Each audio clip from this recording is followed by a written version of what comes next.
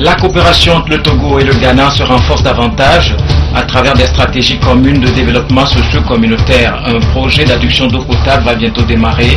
Il couvre la zone de Soga-Kopé dans le Ghana jusqu'à Lomé, la capitale togolaise. L'Observatoire togolais des médias appelle les animateurs d'émissions à la vigilance en cette période sensible.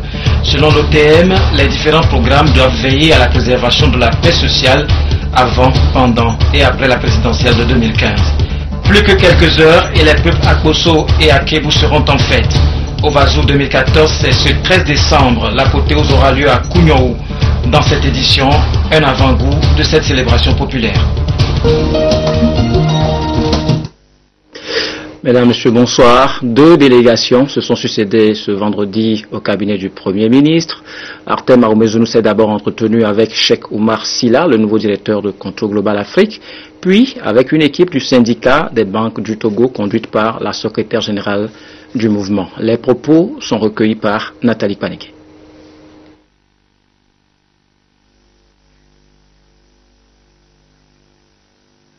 Je suis venu rencontrer son Excellence Monsieur le Premier ministre pour me présenter à lui parce que j'ai pris la direction générale de Contour Global Afrique il y a maintenant 2 mois, également avec la direction générale de Contour au Togo, donc c'était le premier objet. Le deuxième objet, c'était pour informer son Excellence des 2 derniers prix que Contour Global Togo a obtenus pour ses actions en tant que les actions sociales qui a été donné par le State Department et également les actions que nous faisons sur les communautés donc au Togo.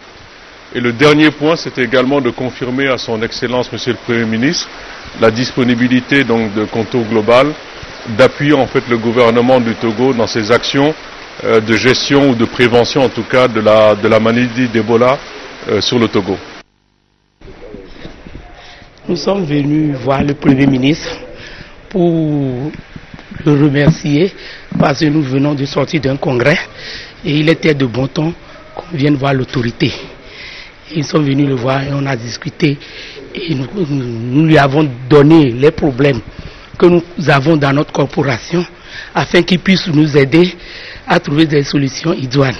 Et de 2, la banque aujourd'hui, l'argent n'aime pas le bruit.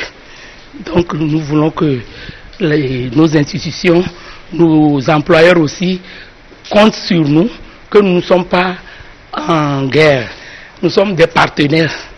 Ils sont nos employeurs, nous on est syndicats, nous protégeons juste nos emplois et l'emploi de nos camarades. Protocole d'accord entre le ministère de la Sécurité et le PNUD, le Programme des Nations Unies pour le Développement, veut soutenir la consolidation d'une infrastructure de paix durable au Togo avec une enveloppe de plus de 11 millions de francs CFA destinée à former les éléments de la Force Sécurité Élection 2015. Augustin Kossi, Pierre Soupa. Encore quelques mois et les Togolais iront aux urnes. Le gouvernement et ses partenaires mettent les bouchées doubles pour une élection libre, équitable, transparente et acceptable par tous. Ici, c'est un protocole d'accord qui réunit le système des Nations Unies et le gouvernement togolais dont l'objet est d'appuyer le ministère de la Sécurité et de la Protection civile dans la perspective du processus devant conduire à la présidentielle de 2015. Avec la signature de cet accord,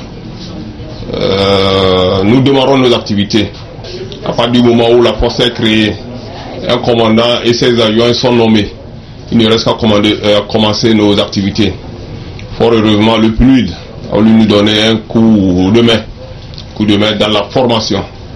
Plus de 110 millions de francs CFA constituent l'enveloppe financière mise à la disposition du ministère de la Sécurité par le PNUD pour la formation de 200 formateurs et des agents de la FOSEP 2015. Chaque fois qu'il y a eu des élections, je pense que le système des Nations Unies et les partenaires ont soutenu la formation de la force de sécurisation. L'objectif, c'est de permettre à cette force de bien maîtriser tous les éléments liés au respect des droits de l'homme, liés à la démocratie, liés au comportement qui est attendu d'eux pendant les périodes électorales. Du 16 au 20 décembre prochain, les agents de la police, de la gendarmerie et près de 8000 agents de la FOSEP seront donc formés sur les droits humains, le maintien de l'ordre public et les règles de bonne conduite en période électorale. Plus de 110 millions de francs CFA destinés donc à former les forces de l'ordre pour la présidentielle de 2015. Les retombées de la récente visite du président Faure à Accra se précisent. Le Togo et le Ghana viennent de conclure un mémorandum d'entente sur le projet transfrontalier d'eau potable annoncé par le président John Dramani Mahama. Le projet s'étend de Soga-Kopé au Ghana à une grande proportion de la ville de Lomé. Il est estimé à 2 195 000 €, l'équivalent de près d'1 milliard 500 millions de francs CFA. Emmanuela Adjaklo, Christine Pétier-Keloté. La croissance démographique et le développement économique du Togo et du Ghana ont engendré une très forte demande en eau potable. Actuellement, les eaux souterraines sont les principales ressources. Or, ces ressources sont surexploitées et il faut pour les deux pays mobiliser des ressources en eau superficielle pour satisfaire la demande. Comme solution, le projet eau potable Soga-Kopé-Lomé est mis sur pied. Le mémorandum d'entente qui consacre l'engagement des deux États à mutualiser leurs ressources pour la réussite du projet est signé. C'est le Togo qui en bénéficie plus puisque nous allons utiliser plus de 80% de la production de l'eau. Ça veut dire que nous attendons à la fin de ce projet environ 160 000 mètres cubes par jour de ce projet et qui couvre largement la consommation de Lomé aujourd'hui qui est de 75 000 mètres cubes jour. À partir de cette signature, les activités de l'actualisation de l'étude de faisabilité devront démarrer. Le ministre des Ressources en eau du Ghana a rappelé les termes du mémorandum et les dispositions à prendre pour que le coût de l'eau soit abordable. We will negotiate to ensure that the water we'll get from this private investor will not. Nous allons négocier pour que le coût de production ne soit pas trop élevé au risque d'être un handicap pour nos populations. Nous allons user de toutes nos capacités. Le Togo et le Ghana ont eu recours à l'appui financier de la Banque africaine de développement pour la réalisation de ce projet. Les deux ministres ont salué l'engagement de leurs chefs d'État respectifs à traduire dans les faits les idéaux d'intégration économique et de gestion transfrontalière des eaux partagées à travers ce projet. L'eau est un facteur indispensable pour le développement des activités agricoles. Ces dernières années, la disponibilité de l'eau de pluie est conditionnée aux caprices de la nature. Les producteurs agricoles de la préfecture de Doufelgou se forment sur les changements climatiques et les nouvelles réformes destinées à renforcer l'agriculture au Togo. C'est une initiative conjointe de la Direction générale de la météorologie nationale et de l'Organisation mondiale de la météorologie. Nestor Moussou. Donner les outils nécessaires aux producteurs pour leur permettre de prévoir le temps et mieux coordonner les activités agricoles dans un contexte de changement climatique. C'est ce à quoi s'attelle la Direction générale de la météorologie nationale avec le soutien financier de l'Organisation mondiale de la météorologie et le soutien technique de l'Institut de conseil et d'appui technique ICAT. Les participants sont issus de la préfecture de Doufelgou. Ils sont membres des groupements agricoles et ces pluviomètres leur sont destinés.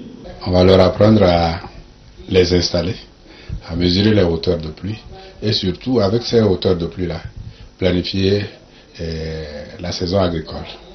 Ils vont apprendre à déterminer par exemple les dates de semis avec les hauteurs de pluie et avec la durée de la saison. Ils peuvent choisir les variétés qu'ils peuvent utiliser pour cette saison-là. La formation est itinérante. Elle a déjà fait le tour des chefs-lieux de région. L'étape des préfectures vient donc de commencer.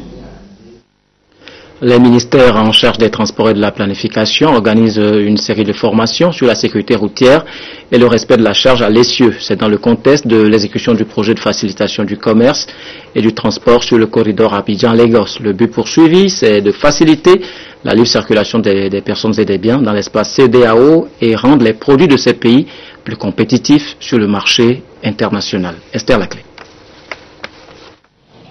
La libre circulation des personnes et des biens peine toujours à s'appliquer entre les pays membres de la CEDEAO. Entre autres causes, les coûts élevés de transport et les barrières non tarifaires. Conséquence, les produits en provenance de ces pays ne sont pas compétitifs sur le marché international. Pour trouver une solution aux multiples entraves existantes sur ce corridor, la Banque mondiale a initié en collaboration avec la CEDEAO un projet régional de facilitation du commerce et du transport. À travers cette rencontre, les acteurs du secteur sont associés à l'exécution du dit projet. Dans l'espace communautaire UEMOA, et c'est dit, il y a le règlement 14 qui demande à ce que nous puissions respecter les gabarits des véhicules et de respecter les charges à l'essieu. Donc c'est d'amener toute cette population cible, tous ces usagers à comprendre et à savoir comment charger les véhicules et à ne plus surcharger. Long d'un millier de kilomètres, le corridor Abidjan-Lagos dessert les capitales économiques de 5 pays, la Côte d'Ivoire, le Ghana, le Togo, le Bénin et le Nigeria. Avec une population résidente de 30 millions de personnes, 47 millions de personnes transitent par cette zone chaque année. À l'heure où le Togo a déjà enregistré entre janvier et novembre 2014 4 943 cas d'accidents contre 4 295 en 2013, il est impératif de multiplier ces rencontres pour mener une lutte efficace contre les mauvaises pratiques sur les axes routiers et la mise en application du contenu du code de la route. Le plan stratégique de la santé mentale au Togo sur la période 2015-2019 est en pleine étude.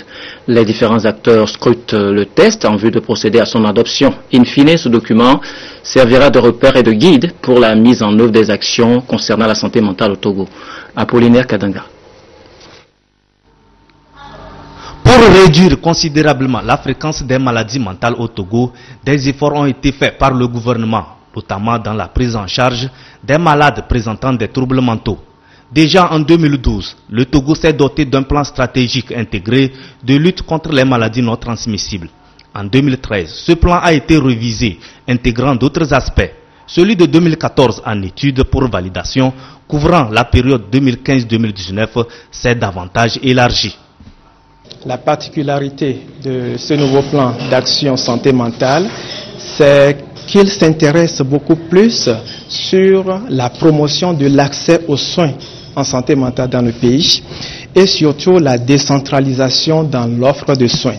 Le plan s'intéresse à tous les patients qui sont des psychotiques, patients psychotiques qui se trouvent dans la rue. À l'issue de la rencontre, les options consensuelles seront privilégiées pour parfaire le document du plan d'action santé mentale au Togo.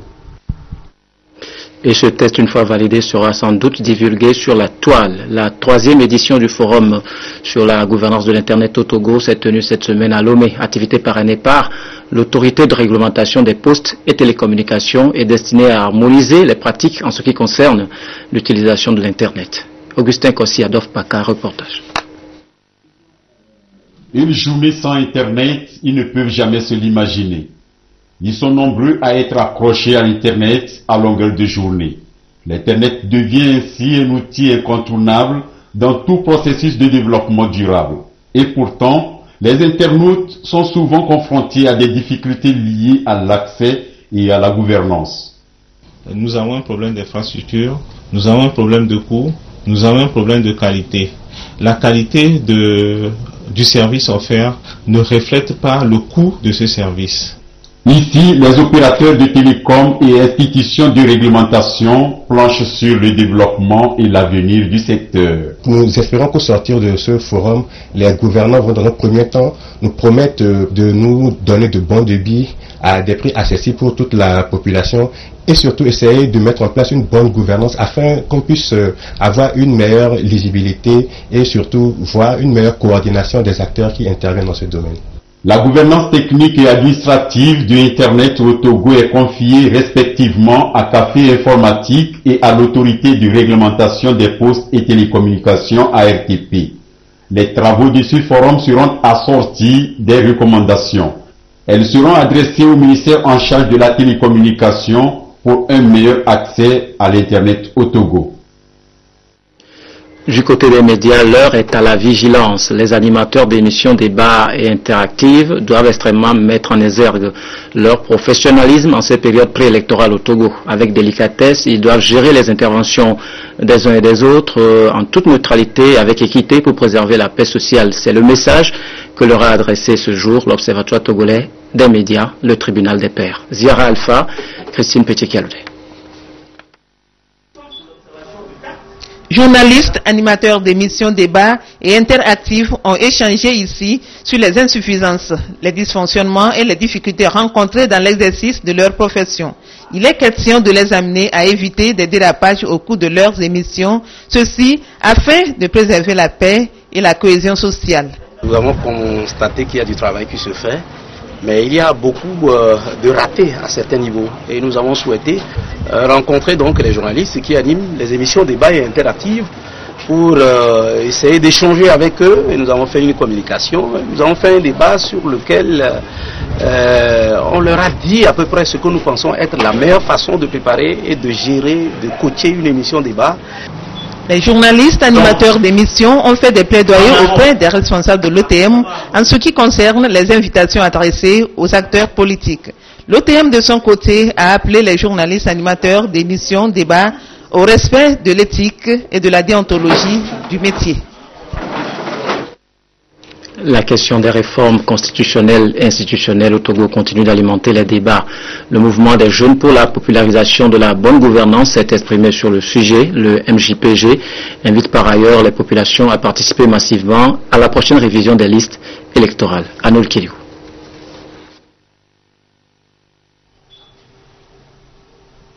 Le mouvement des jeunes pour la popularisation de la bonne gouvernance, MJPG, toujours préoccupé par la situation sociopolitique dans le pays. Face à la presse, les responsables se sont prononcés sur la dernière marche de la société civile et ont déploré les actes d'intimidation et de violence exercés sur des élus du peuple. Des responsables d'organisations de la société civile sont en effet membres permanents d'un bureau du collectif qui se réclame de l'opposition politique.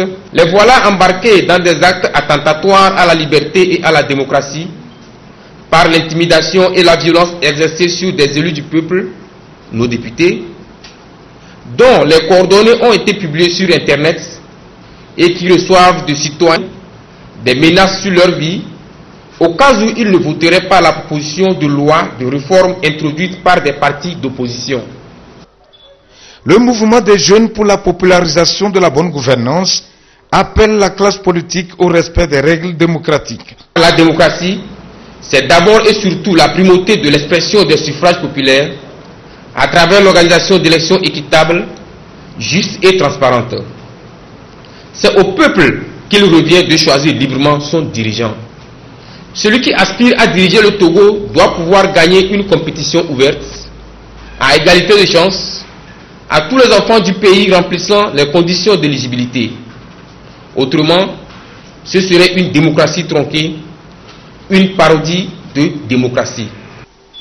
La majorité silencieuse a exhorté par la même occasion les militants à participer massivement à la révision de la liste électorale afin d'exprimer librement leur choix à la présidentielle de 2015. Des partis politiques de l'opposition réunis sous la bannière du combat pour l'alternance politique en 2015, ainsi que les associations de défense des droits de l'homme réclament la tenue des réformes politiques avant la présidentielle de 2015. Ils l'ont exprimé ce matin à travers une marche dans les rues de Lomé. Comme vous pouvez noter.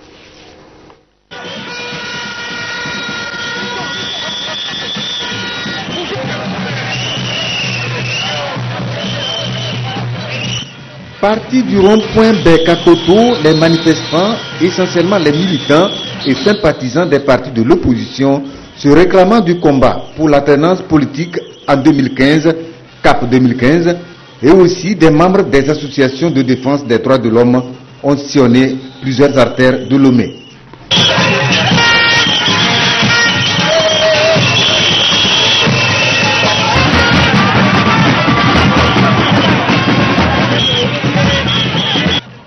Selon les initiateurs, cette marche est un combat pour l'obtention des réformes constitutionnelles et institutionnelles.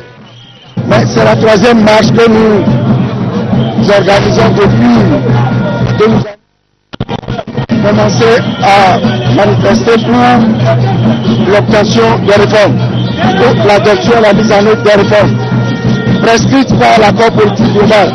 Parce que nous n'inventons pas les réformes. Si les autorités, si le régime a signé l'accord politique global pour faire les réformes, il faut que le régime fasse les réformes. Nous ne voulons plus qu'on nous dise que les réformes se feront après les élections. Je crois que le régime a suffisamment gagné du temps.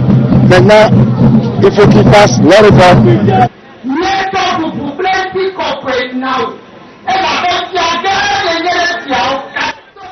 Les responsables de l'opposition présents à cette marche ont précisé que ces manifestations vont se poursuivre si rien n'est fait pour aboutir à ces réformes.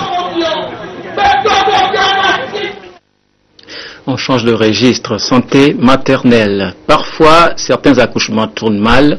Les femmes s'en sortent avec des séquelles comme des fistules obstétricales ponctuées par des pertes d'urine, ce qui leur vaut un rejet de la part de leur communauté, un phénomène que prend à cœur WILDAF Togo pour aider ces femmes victimes de ce mal à se refaire. Le silence sur la fistule obstétricale. C'est le slogan qui accompagne cette activité de sensibilisation organisée par WILDAF Togo. La fistule obstétricale est une maladie qui survient après un accouchement difficile et qui entraîne souvent une stigmatisation de la femme atteinte dans sa famille ou dans sa communauté. Pour lutter contre cette violence psychologique, les responsables de WILDAF Togo, dans le cadre de la campagne menée au plan mondial, mobilisent une fois encore les communautés pour leur expliquer ce que c'est que cette maladie et comment elle se prend en charge. La fistule obstétricale est une morbidité maternelle très grave et c'est pour cela que WILDAF Togo, dans le temps, nous avons demandé la gratuité de la césarienne. Donc, notre action est de redonner l'espoir aux femmes fistuleuses pour qu'elles retrouvent leur santé à la fois physique et morale. L'État togolais, depuis 2010, s'est engagé à lutter efficacement contre ce mal. Tous les frais liés à la pharmacie, au séjour au sein de l'hôpital, tout cela est entièrement pris en charge par l'État. Pour prévenir cette pathologie, WILDAF Togo encourage les femmes à la consultation prénatale et à éviter les grossesses précoces. L'enlèvement, c'est aussi une forme de violence exercée sur les femmes. Les filles capturées au Nigeria par la secte Boko Haram sont toujours portées disparues, suscitant une vague de solidarité et d'indignation de par le monde. L'Observatoire togolais des églises se joint donc au mouvement Bring Back Our Girls pour obtenir la libération de ces otages, et c'est à travers une prière œcuménique à laquelle a pris part l'ambassadeur du Nigeria au Togo, Sonia Amenikbo, Charlotte Moussime. Des religieux réunis pour obtenir par leur prière la libération des 219 filles prises en otage par la secte Boko Haram. Nous avons foi que par la force spirituelle, seul Dieu peut combattre. Boko Haram n'est pas plus fort que Dieu. Le vice-président de l'Union musulmane du Togo, présent à cette prière d'intercession, a réitéré le démenti selon lequel ce groupe islamiste ne défend guère la cause musulmane. C'est une instrumentalisation de la religion de l'islam. Ils se cachent derrière les principes de l'islam pour commettre leurs propres forfaits. L'initiative est bien appréciée par la communauté nigériane, représentée ici par l'ambassadeur du Nigeria au Togo. Je suis très reconnaissant et je veux assurer que le Nigeria est au-dessus de la situation avec l'assistance de notre pays, frère, le Togo et la communauté internationale, surtout la CEDEAO. Les 219 lycéennes ont été enlevées depuis le 14 avril 2014. Les nombreuses tentatives pour obtenir leur libération sont jusqu'ici restées vaines. L'Observatoire togolais des églises reste convaincu que seul Dieu pourra semer la confusion dans le camp de cette secte pour que la paix et la stabilité règnent dans la sous-région. Les fidèles chrétiens ont aussi prié pour que le Togo soit épargné de la fièvre Ebola. Nous restons dans le contexte religieux avec l'ordination de 6 nouveaux prêtres catholiques dans le diocèse de Sokodé. Ils sont prêtres à jamais selon l'ordre de Melchisédek, cérémonie présidée par Monseigneur Ambroise Djoliba, évêque de Sokodé. La marque Bojuna.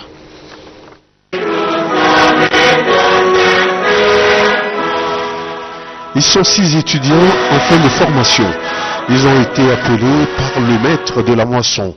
C'est pour appuyer leur formation que cette ordination presbytérale a eu lieu afin de les lancer dans l'exercice de leurs fonctions.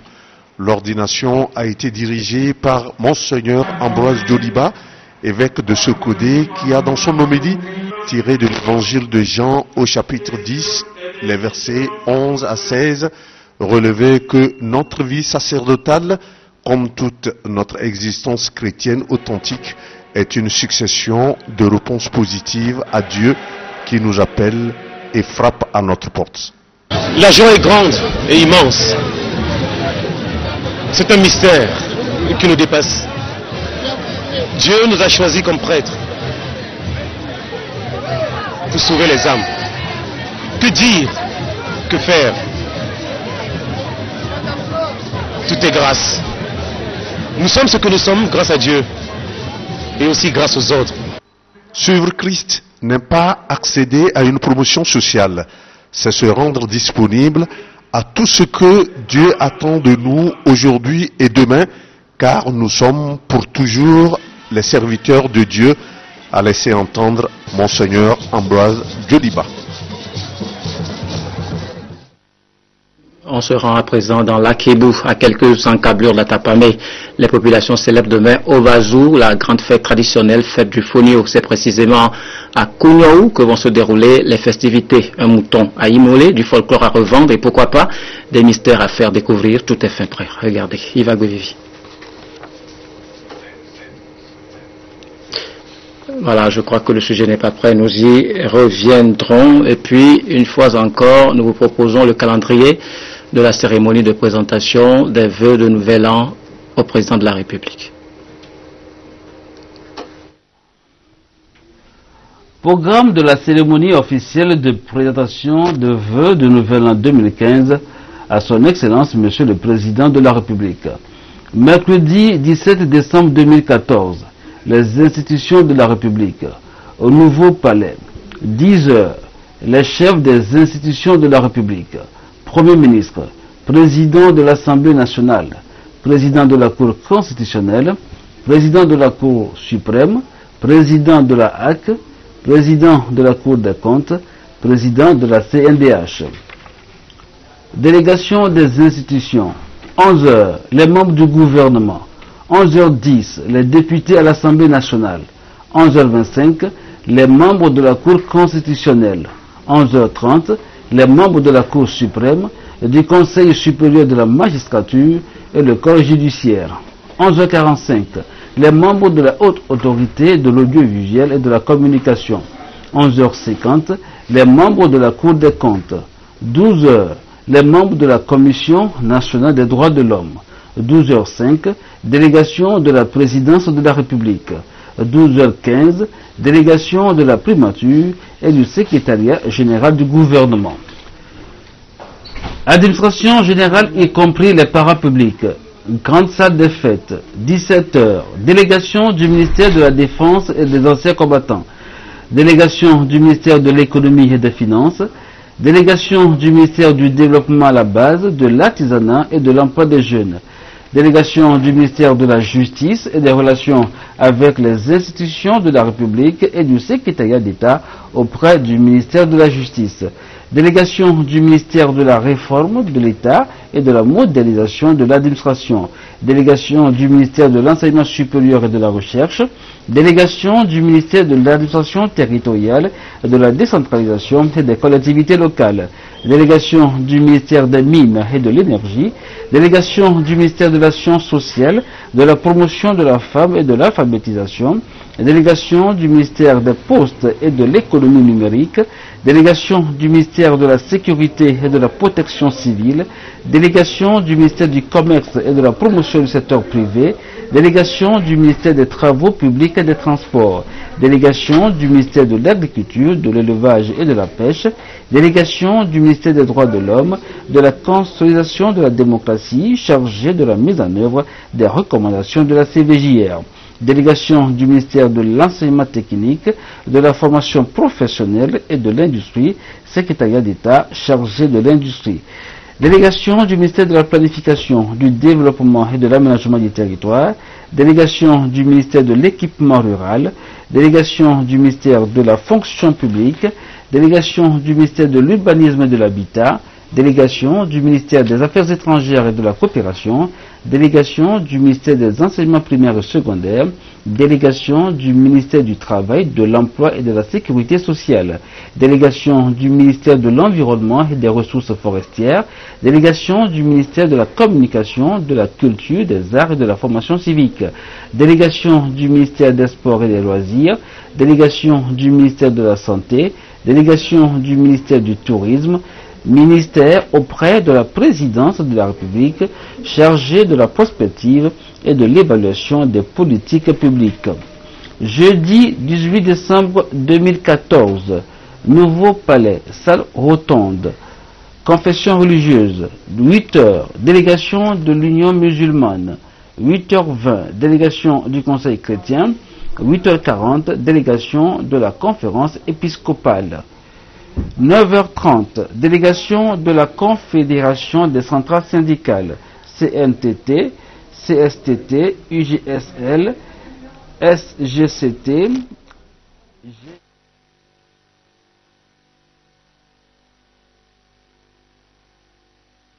ordre professionnel, architectes, urbanistes, médecins, dentistes, pharmaciens, vétérinaires, Chambre nationale des notaires, ordre des avocats, huissiers, commissaires, priseurs. 11h15, délégation des organisations de la société civile, REFAMP, GF2D, FONCTO, UONCTO, Association des retraités, Conseil national consultatif des personnes âgées, Conseil consultatif national des enfants, Fédération togolaise des associations des personnes handicapées, Fédération des organisations de défense des droits des enfants du Togo. Nouveau Palais, salle rotonde, 12h30, délégation de la chefferie traditionnelle. 15h, délégation des partis politiques, délégation du secteur privé. 17h, Conseil national du patronat, AGET, Chambre de commerce et d'industrie du Togo, Chambre des métiers. Vendredi 19 décembre 2014, Nouveau Palais, salle rotonde, 11h, le corps diplomatique et consulaire, les organisations internationales et les organisations non gouvernementales. Discours du doyen du corps diplomatique et consulaire, réponse de son Excellence, Monsieur le Président de la République. Salutations du chef de l'État par les membres du corps diplomatique et consulaire, les représentants des organisations internationales et non gouvernementales. Quelques communiqués pour finir. La Commission électorale nationale indépendante porte à la connaissance du public qu'elle organise avec l'appui de l'Union africaine une formation modulaire Bridge à l'intention de la société civile et des médias togolais du 15 au 19 décembre 2014 à l'hôtel Pambi-Solomé dans le cadre des activités préparatoires de l'élection présidentielle prévue pour 2015. Les travaux de ce séminaire se dérouleront autour du thème éducation civique, administration électorale, technologie électorale. Une quinzaine d'organisations de la société civile et une quinzaine d'associations des professionnels des médias y prendront part. La CENI, à travers cette formation, vise à renforcer les capacités des ressources humaines nationales en matière électorale pour consolider l'apaisement du contexte national en période électorale. À noter que le Bridge, Building Resources in Democracy, Governance and Elections, consiste à bâtir des ressources en démocratie, gouvernance et élections.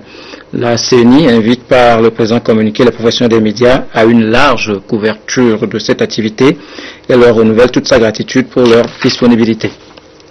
Par ailleurs, la Commission électorale nationale indépendante porte à la connaissance du public que toute association nationale désireuse d'observer une ou plusieurs étapes de l'élection présidentielle de 2015 doit impérativement se conformer aux conditions à lire dans le quotidien national Togo Presse. Et puis le garde des Sceaux, ministre de la Justice et des Relations avec les institutions de la République, informe les candidats au concours d'entrée au Centre de formation des professions de justice, département des magistrats, session des 18 et 19 décembre 2014, que le dit concours est reporté à une date ultérieure. Merci de votre aimable attention.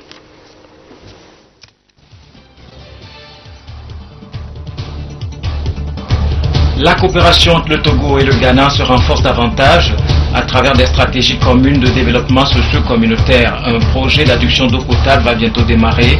Il couvre la zone de Soga Kopé dans le Ghana jusqu'à Lomé, la capitale togolaise. L'Observatoire togolais des médias appelle les animateurs d'émissions à la vigilance en cette période sensible.